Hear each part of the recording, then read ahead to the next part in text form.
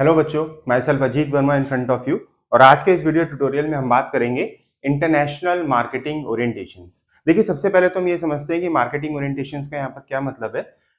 Actually ये जो topic है ये इंटरनेशनल मार्केटिंग में या इंटरनेशनल बिजनेस में आपको देखने को मिलेगा सिलेबस में। और जनरली वहाँ ये पूछा जाता है कि जब हम मल्टीनेशनल कॉर्पोरेशंस की बात करते हैं, जब हम बड़ी कंपनीज की बात करते हैं, तो किस बैंड ऑफ माइंड से, किस मार्केटिंग ओरिएंटेशन से वो अप्रोच करती हैं जब वो बिजनेस करती हैं। तो उसी में आपको ये टॉपिक वहां पे दिख सकता है। बहुत बड़ा टॉपिक नहीं है और इसको हम जल्दी से यहाँ पर डिस्कस करते हैं। तो मार्केटिंग ओरिएंटेशन की जब हम बात कर रहे हैं तो 4 तरीके के मार्केटिंग ओरिएंटेशन आपको यहाँ पर दिख सकते हैं, जो जनरली व्यापार करने में, जो जनरली बिजनेस करने में कंपनीज अपने तरफ से इस्तेमाल करती हैं। सबसे पहला ओरिएंटेशन उनका रहता है इथनोसेंट्रिक। ठीक है, इथनोसेंट्रिक। अब देखिए, इथनो वर्ड इसमें आ रहा है, इससे आप रिलेट करके चल सकते हैं ethnic, something that relates to our ethnic, यानी कल्चर से जुड़ा हुआ जो हमारा एक अप्रोच रहती है। तो इसमें जनरली कंपनीज क्या करती हैं कि वो अपने देश में जो अपना उनका होम नेशन है। अच्छा, यहाँ पर दो चीजें हैं जो यहाँ पर हम सिमिल्टेनियसली बात करते हैं, एक तो है होम नेशन और एक है होस्ट। तो यहाँ पे इन दोनों का मतलब समझ लीजिए, बुक में जनरली आपको ऐसे देखने को मिल सकता है।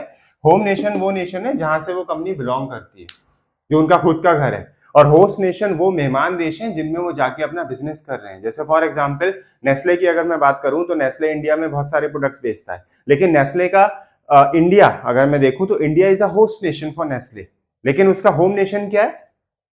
होम नेशन क्या है? It's Switzerland, because Nestle belongs to Switzerland. तो उसका होम देश यानी घर घर जो उसका है वो स्विट्जरलैंड का है, स्विट्जरलैंड है। और वो मेहमान देशों में, जितने भी देशों में बिजनेस कर रहे हैं, वो उसके सारे होस्ट नेशंस हैं। तो एथनोसेंट्रिक अप्रोच क्या बोलेगी? वो ये बोलते हैं कि भाई जो अप्रोच आप लेके चल रहे हो, एक्चुअली कंपनी मान के चलती है कि जो भी हमारा कल्चर है वो बेस्ट है, जो भी हमारी प्रैक्टिसेस हैं वो बेस्ट है। तो हमें कुछ भी बदलने की जरूरत नहीं है, हमें कुछ अल्टर करने की जरूरत नहीं है। जो भी चीज चल रही है एज इट इज हम उसको विश्व में कहीं पर भी बेच सकते हैं। तो इस तरीके की जो अप्रोच है वो इथनोसेंट्रिक कहलाएगी। बहुत सी ऐसी कंपनीज हैं, जैसे अगर मैं बात करूं जापानीज कंपनीज हैं, पैनासोनिक है, सेंसुई है, सोनी है। So they actually follow this kind of approach ethnocentric, because if I take the example of Sony, Sony knows that they are best into quality, तो they focus mainly on the quality. और वो जान के चलते हैं कि अगर हम क्वालिटी में कोई भी चीज अच्छी बना रहे हैं तो दुनिया में हम कहीं पर भी बेचेंगे उसको। ठीक है, अपने ही कल्चर को वो आगे फॉलो करते हैं, तो वो इथनोसेंट्रिक में आएगा। सेकंड इसमें जो अप्रोच होती है it is polycentric. Polycentric approach जो फॉलो हो रही है वो है होस्ट नेशन से। यहां पर कंपनी मान के चलती है कि नहीं ठीक है, हम इस कल्चर को बिलोंग कर रहे हैं, लेकिन हमें दूसरे कल्चर को भी स्टडी करना जरूरी है। हम जिस देश में एंटर कर रहे हैं वहां का कल्चर क्या है, वहां पर किन चीजों पे फोकस किया जा रहा है, वहां पर लोगों को क्या पसंद है। तो जब वो ये देखकर चलते हैं तो एक्चुअली हम क्या कर रहे हैं, हम होस्ट नेशन की रिक्वायरमेंट को समझ रहे हैं। और होस्ट नेशन की रिक्वायरमेंट को समझते हुए जो अप्रोच हम फॉलो कर रहे हैं वो कहलाएगी पॉलीसेंट्रिक।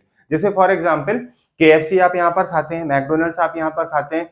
ठीक है, दुनिया में ये चीजें और भी कहीं खाई जाती हैं। इफ आई टेक के भाई मैकडोनल्ड्स अमेरिका में क्या फॉलो कर रहे हैं और यहाँ पर क्या फॉलो कर रहे हैं, तो उसमें टेस्ट में वेरिएशंस होते हैं। जब वही चीज वो अमेरिका में डिलीवर कर रहे हैं तो उसमें बहुत ज्यादा स्पाइसेस का इस्तेमाल नहीं करते, रॉ उसको बेचते हैं। लेकिन जब वो इंडिया में एंटर करते हैं KFC या मैकडोनल्ड्स, तो क्या करते हैं, यहाँ पे मसालेदार चीजें खाने की आदत है इंडिया में लोगों को, तेली भुनी चीजें खाने की आदत है, बहुत ज्यादा स्पाइसी खाने की आदत है। उसको देखते हुए अपने प्रोडक्ट्स में चेंजेस करते हैं। तो वो पॉलीसेंट्रिक अप्रोच का उदाहरण है। Third third is रिजियोसेंट्रिक।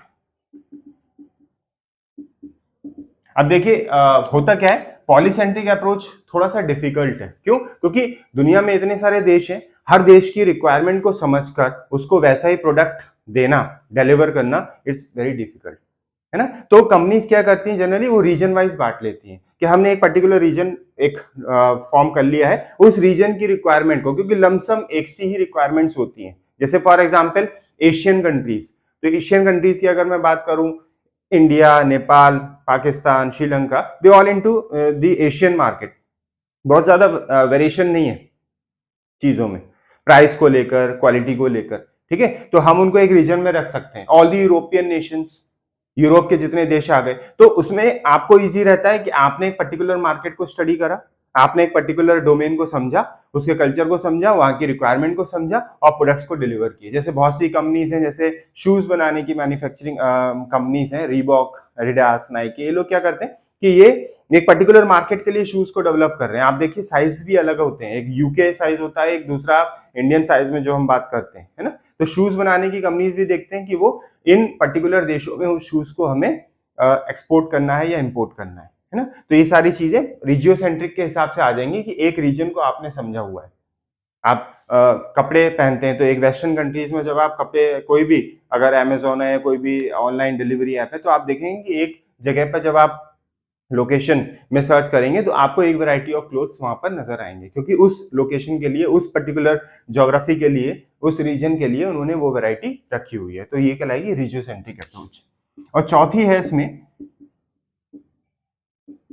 जियोसेंट्रिक, जो सबसे ज्यादा आज की डेट में अगर हम बात करें, इट्स टोटली ग्लोबल अप्रोच, जिसको हम ग्लोबल अप्रोच भी कह सकते हैं, है ना, जियोसेंट्रिक। तो जियोसेंट्रिक अप्रोच क्या कहती है कि जब कंपनी ये फर्मली बिलीव करती है कि भाई रीजन भी कोई बात नहीं है, हमें बेस्ट देना है, और हम कुछ भी, अगर जो भी चीज अच्छी बना रहे हैं तो दुनिया में हम कहीं पर भी उसको बेचेंगे, है ना। तो ये टोटली ग्लोबल अप्रोच कहलाती है। यहां पर कंपनीज मार्केट को समझ के और नीड को समझते हुए प्रोडक्ट्स को बनाते हैं, ठीक है, और प्रोडक्ट्स को वहां पे डिलीवर करते हैं, उसका फिर फीडबैक भी लेते हैं, फॉलोअप भी लेते हैं, उसमें क्या चेंजेस करने हैं वो भविष्य में जाके वो चेंजेस भी करते हैं। बहुत सारी कंपनीज हैं जो आज की डेट में ऐसा कर रही हैं, Apple is one of them. अभी लेटेस्ट आपने देखा होगा, 2 दिन पहले न्यूज में आया है कि एप्पल अब इंडिया में भी मैन्युफैक्चरिंग अपनी स्टार्ट करने जा रहा है। तो क्यों ऐसी रिक्वायरमेंट क्या पड़ी है कि आप इंडिया में मैन्युफैक्चरिंग देख रहे हैं? क्योंकि उन्हें दिख रहा है कि India is a very good market for them. तो इसी वजह से जो अप्रोच है, जो एप्पल वो अपना अमेरिका में बेच रहे हैं और इंडिया में थोड़ा सा लेस रेंज के जो फोन है, उनके स्टार्टिंग रेंज के जो फोन है वो यहाँ पर वो इजी बेचेंगे। रेनो जैसी कंपनी जो दुनिया भर में अपनी गाड़ियां बना के बेचती है, वो इंडिया में क्यों रेनो बना के उन्होंने अपना प्लांट स्टार्ट किया? क्विड आपने देखा होगा, अभी कुछ साल पहले, 2-3 साल पहले क्विड की मैन्युफैक्चरिंग उन्होंने इंडिया में स्टार्ट करी और यहाँ आने के बाद ही फिर उसको इंडिया में लॉन्च किया और बेचा। तो ये एक्चुअली जो एग्जाम्पल है वो जियोसेंट्रिक अप्रोच को बताते हैं। तो ये बहुत छोटा सा टॉपिक था, आज हमने इसकी 4 बातें जानी। उम्मीद है आपको समझ में आया होगा। नेक्स्ट टॉपिक में बहुत जल्दी मैं आपसे बात करता हूँ, तब तक के लिए थैंक यू।